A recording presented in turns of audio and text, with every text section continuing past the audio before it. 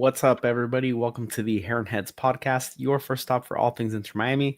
My name's Julio, and I'm joined today by some friends and fellow Inter Miami fans, Chris and Jose. And on behalf of the guys, we want to thank you for joining us and talking about Inter Miami versus Cavalier SC in the CONCACAF Champions Cup. Before we begin, a huge shout out to our Chief Heron Heads, Chow and Madi V. Thank you so much for your continued generous support.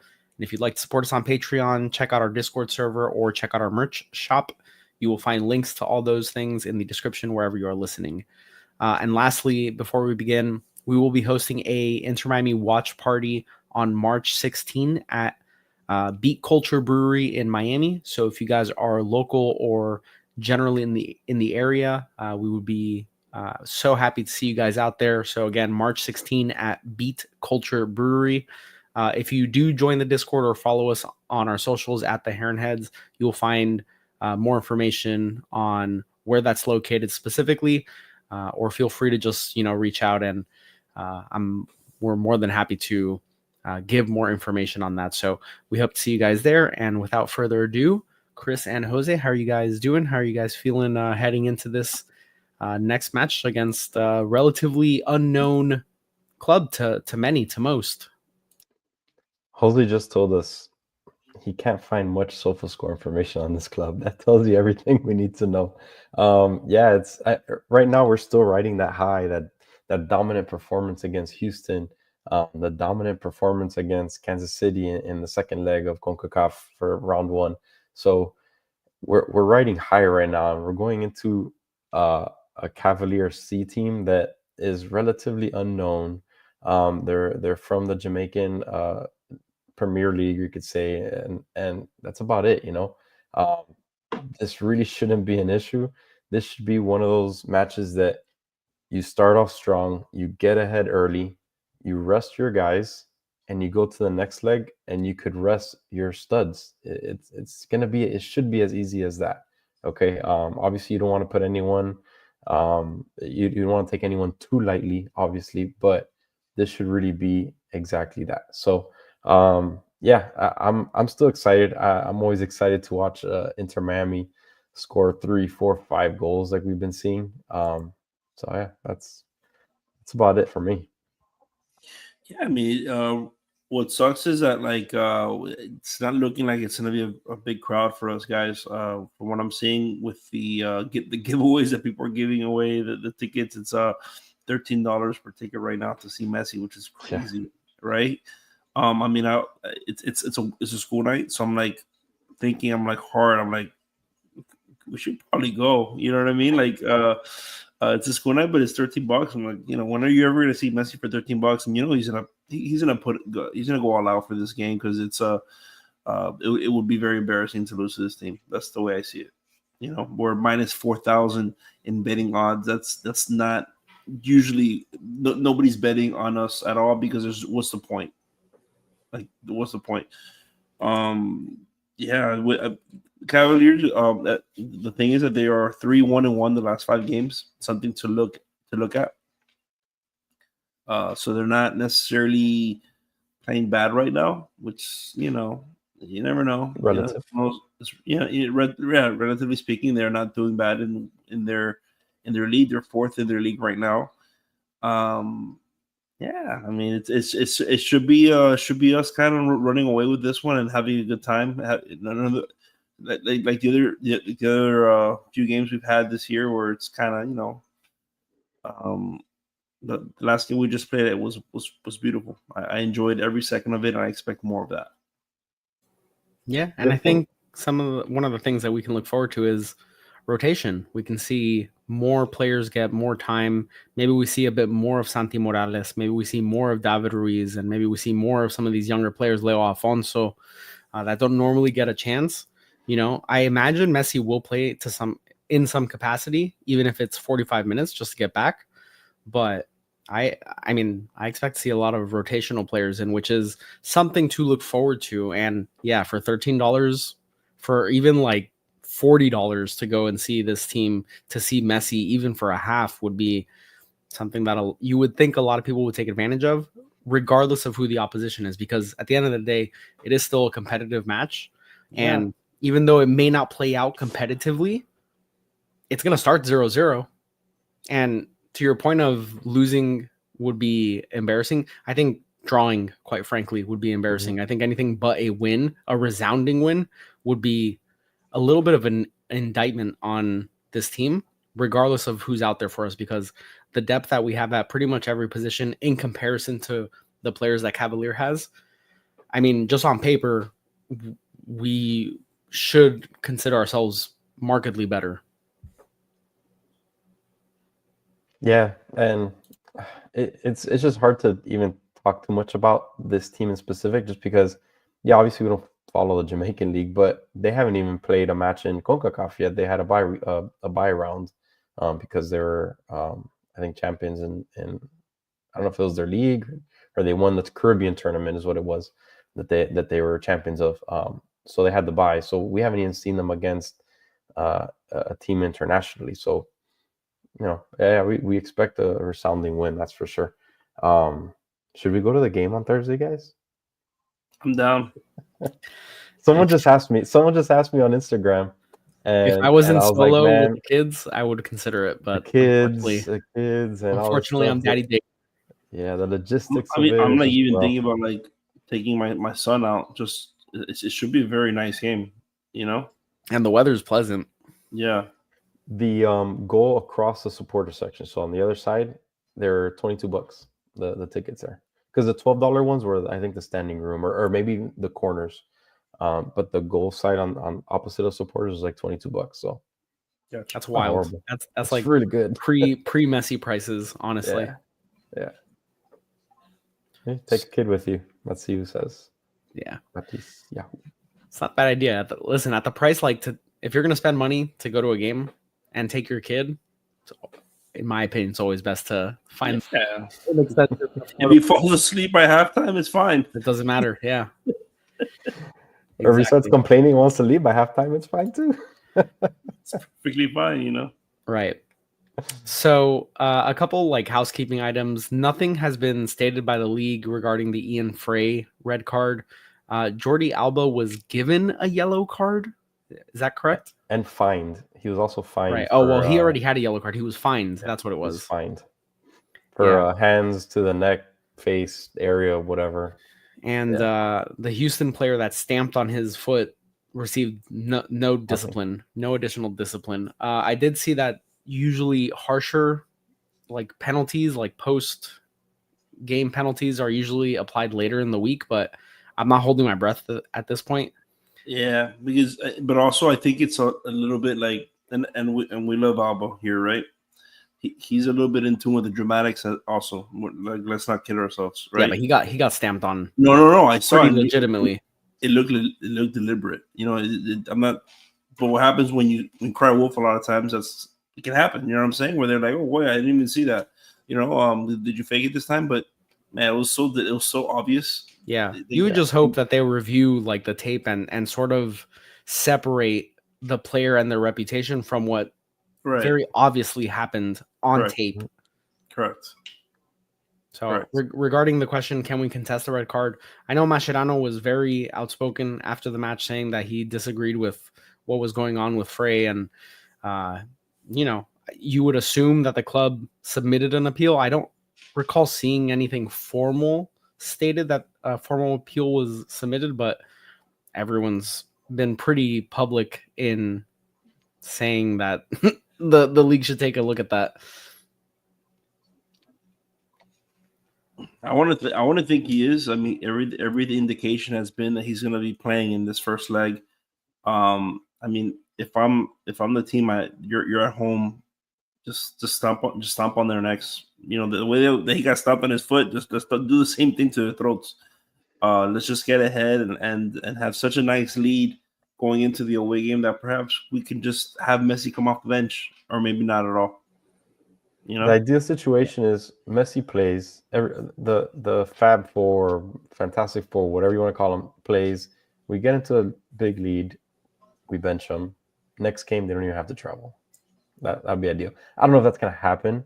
Obviously, playing in Jamaica is gonna be a big deal, and Exactly. Messi there and all that stuff. So I would have him play. I would have him go. And in worst case, sure. Chris, you can always sub him on. You know what I'm saying? Yeah. I'm not saying don't play him at all. I'm saying like maybe we're up 5-0 in this first leg that we can kind of afford ourselves the luxury of, if they score a few goals and all of a sudden you're like, okay, wait, what's happening here? Mm-hmm. Put them in. So I think one of the, I guess, interesting things that we can talk about this game is, who do you guys think is going to be rotated out and in of the starting lineup? Because I think that's really the only like interesting angle right now, because again, on paper, this just seems like a huge mismatch. So who do you guys think, if anyone, is going to be rotated out of the lineup? I think there's going to be quite a few rotations. I think Mascherano may want to see more of Krematsky. I think I know his rating wasn't that great last match, but I thought he played very well, especially on the press. And I think Mascherano may want to see more of that high motor player that he is out there, just to see what he brings. And this is a perfect game to do it. Young guy, obviously we've seen him being called up to the U.S. men's national team and all that stuff. So it's time to show Mascherano what he really has. I think that's going to be an interesting piece.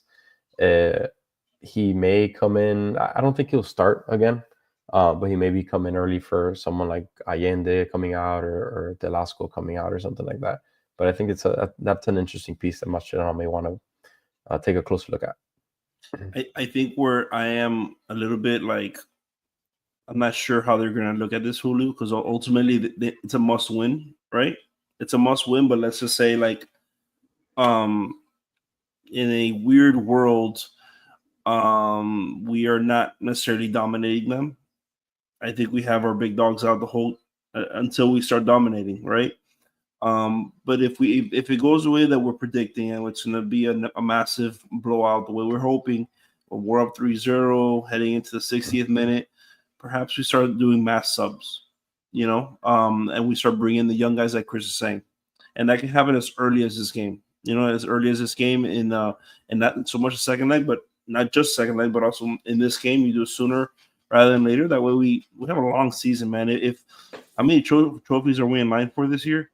4? 5. 3 Like, tournaments, MLS, and so supporters. We have to absolutely think of the whole year. You know what I'm saying?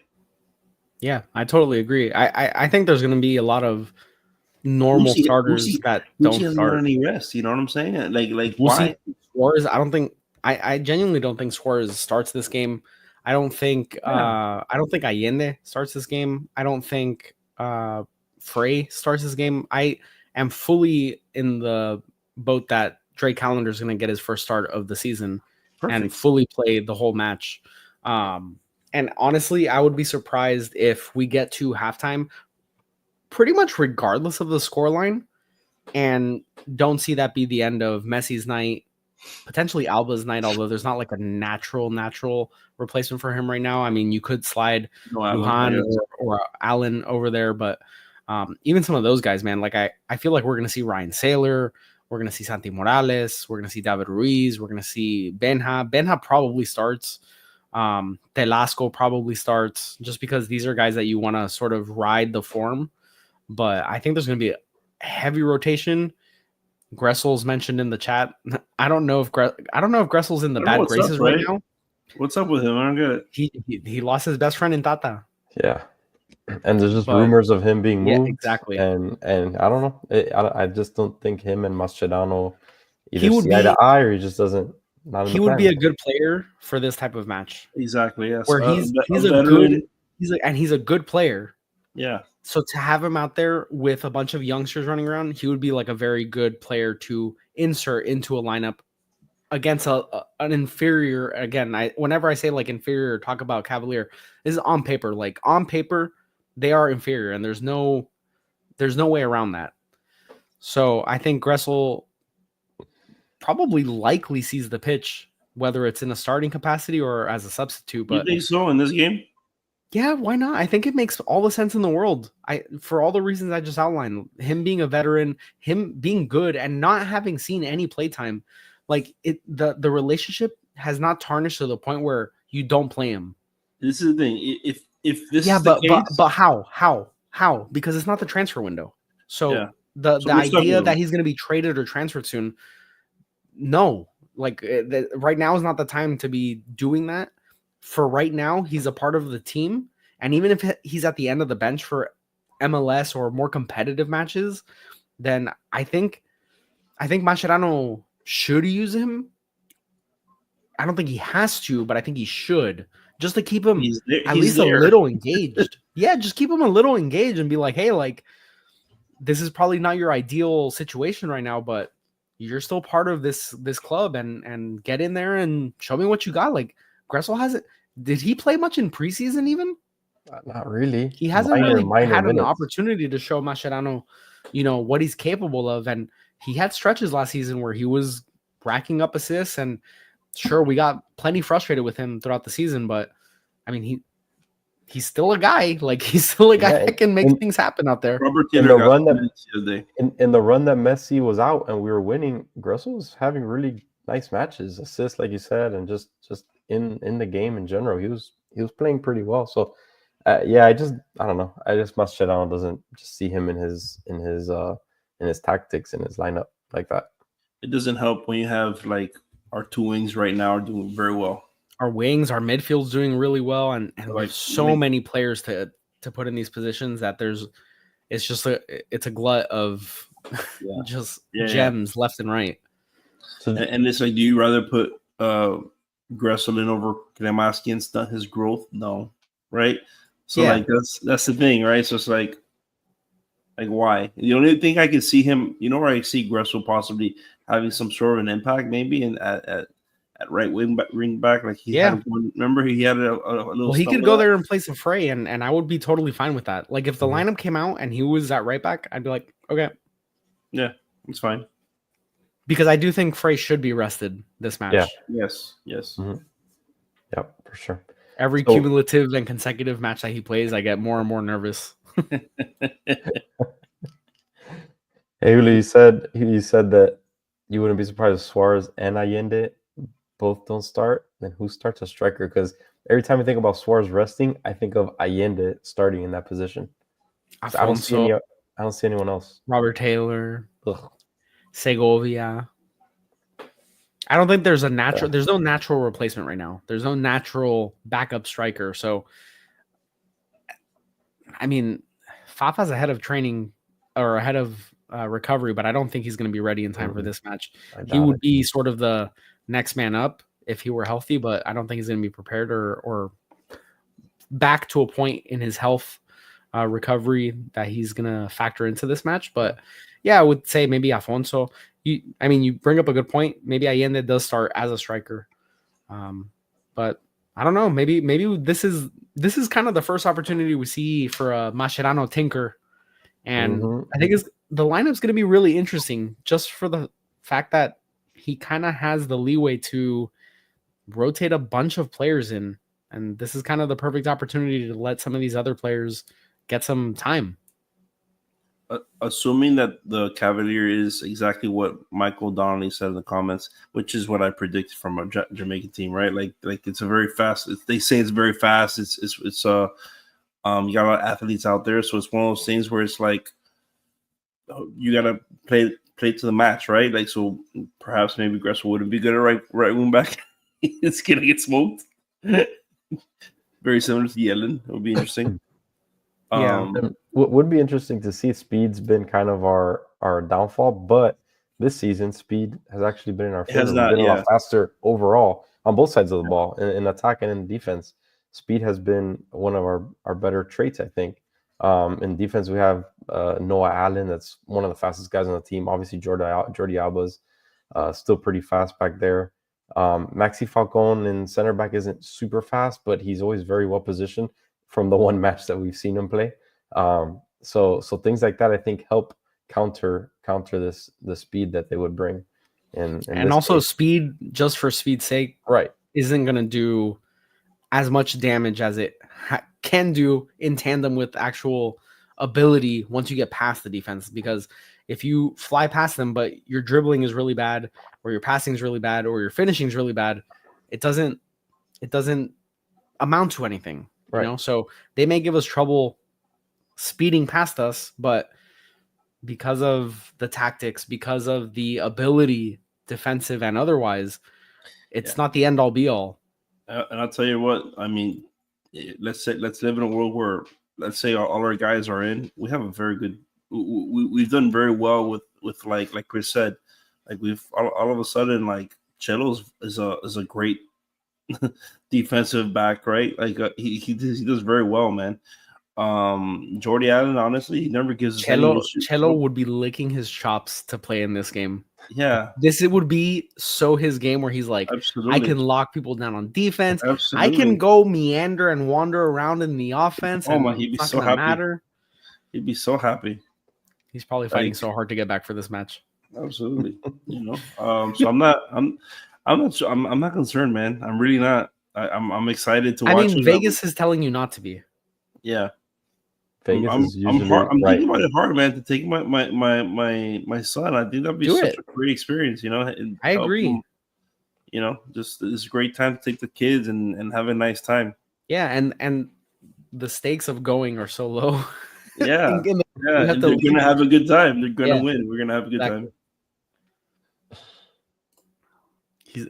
So Obito says, I still don't trust Chelo. He's not a big game player. Offensively, I don't. Offensively, I don't either. Although this is an important match for obvious reasons, this is not a big game. Well, if we lose, it'd be a pretty big game. That's what I'm saying. Like, it's obviously like the ramifications of not winning are huge, but in the sense of like, this is not. I just don't like. I'm not intimidated, so I don't feel like it's a big game. Obviously, it being the CONCACAF Champions Cup, you're saying it's not a big game in the sense of the level of matchup that we have is not to our ability. We're way up here, they're here. But I don't imagine the tightness that I would associate with a big game. I imagine these players being able to go out there, be very confident. Hopefully, they're not like arrogant about it. Hopefully they're not so cocky that they drop their guard, but they should be very confident that they are the better team on the pitch. And there should be zero like nerves, tightness. Not that I think any of them would have them even in a big game, but certain players like Chelo, like when the lights shine brightest, they're kind of whatever. But I don't see that happening this match. I mean, like maybe the energy is going to be a little bit weird because it's probably not going to be a sold out match, but I mean, exactly. Wow, States Cincinnati had 19 shots on goal versus Cavalier last year. Like, imagine that. Come on. I mean, Cincinnati was good last year. Cincinnati was good last year. Yeah, and we're better than they were last year, and better than we were last year. So yeah. I'm still standing with my original thing. Is that you just got to play all your starters right now. Go big. You gotta go big early. There's no way. If you could take them out if you go big early, but you got to go big ASAP in the beginning. Listen, second leg, if you're big, you could put out. I think just by genuinely by having Messi out there, it's big enough. Like it will be so effective against whomever Cavalier puts out there that it won't matter if it's Suarez or Allende. I mean, there will be players that are starters for us normally, but I think there's gonna be a lot of rotation, and just by inserting Messi into the lineup with these players around him, it's gonna be, I can't envision this not being like a 6-0, 7-0. Look, genuinely, literally like how they quoted you, right? The big game in sense of importance, but not big game in sense of who the opponent is. Now, let me put that in boxing. There is a big boxing match that happened a few years ago by one of the biggest heavyweights, right? That at the time, and still kind of I think he's kind of big now. Anthony Joshua. He did Andy Ruiz. And Andy Ruiz was this big fat guy, Mexican boxer. Nothing was expected. It was probably minus 6,000 betting odds. No one thought this guy was gonna do anything. He knocked him out. I don't want to be that guy. No, so and that's why they play the game. Like, things happen. It better not happen on Thursday. Correct. That I agree with that 100%. Obito's, for those of you who are not watching, they're on Spotify or wherever. Says the best way to rest players is to play your best for the first 45 minutes, then make subs after the 45th minute, at which point we should be up by 3-0. That's where I'm looking at, and that's where I feel most comfortable at. Honestly speaking, if we roll out there with a lineup with a bunch of our backups out there, I'll start the game a little bit suspicious. Not nervous, but a little bit suspicious. I won't be as confident as I am right now today if I see a lineup with a bunch of backups and then Messi in the middle. It just, I don't know, it just irks me. I don't like the overconfidence. I just like to go in, Correct. get our goals, knock them out, and then you can relax. That's my Is thinking. it confidence if you have Messi in the lineup? I know, I get it. It's just I wouldn't be. It's just it's not going to be. It's not going to be the lineup. People can get hurt, man. People can get hurt. The splitter can turn on. We've seen some weird crap. Here's what I'm saying. Toto can play and he can get a red card. I mean, it can happen. Yeah.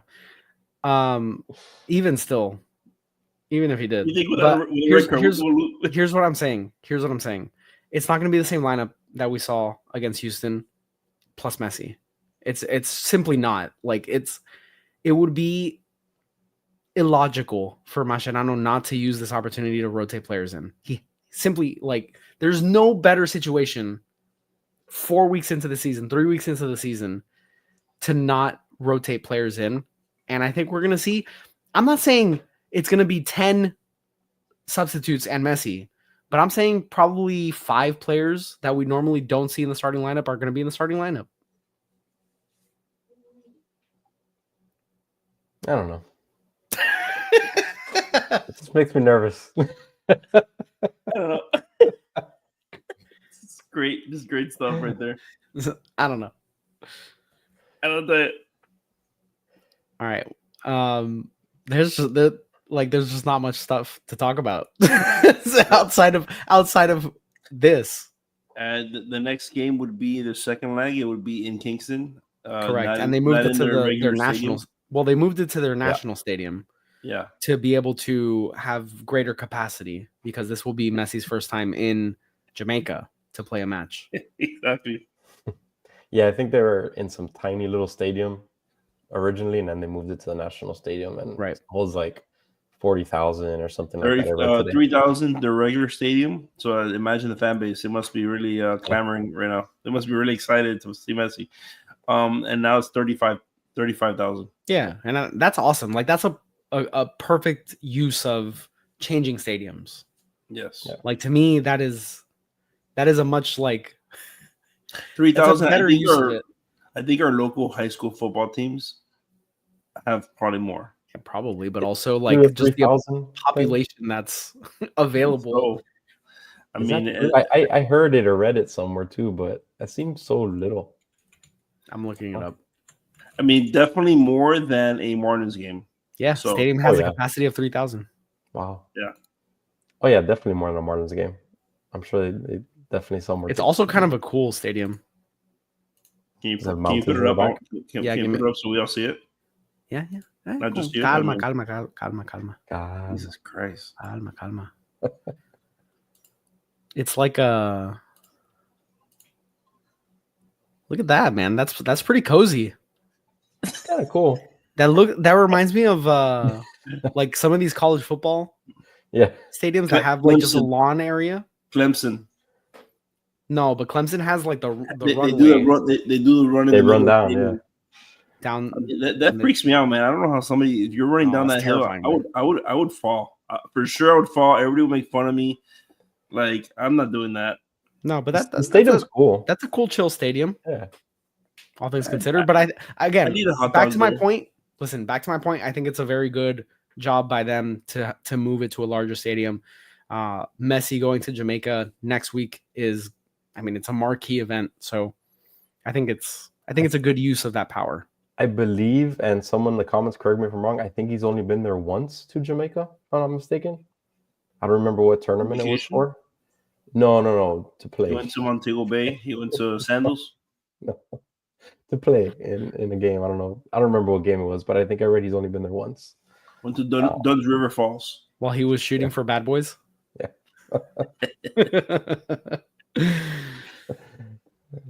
Yeah. Well, All right. do you guys want to jump into score predictions? I'm do gonna it. go. I'm gonna go 6-0. Oof. Damn. 4-0. Wait, but who scores? Who's gonna score 6 goals? I'd love to know. We don't even know who's gonna really play right now, Chris. So I don't know. Robert Taylor. Yeah. All 6. All 6. Wow. I'm gonna You know say. what? I'm gonna say Robert Taylor. Redondo. Benja. Messi's gonna get on the board, and then I don't know, like a random corner. Who's gonna play center back? Toto. No, Allen. Let's give him a goal, man. He's too short. He already has a goal. He's not scoring again. And Robert Taylor, the true backup striker. Jeez, my goodness. No one has a break, Robert Taylor, so- Ryan Sailor. Right. Yeah, you did both. It was like a combination there. What'd you Robert say, Jose? Taylor, Ryan Sailor, Ryan Taylor, Robert Sailor.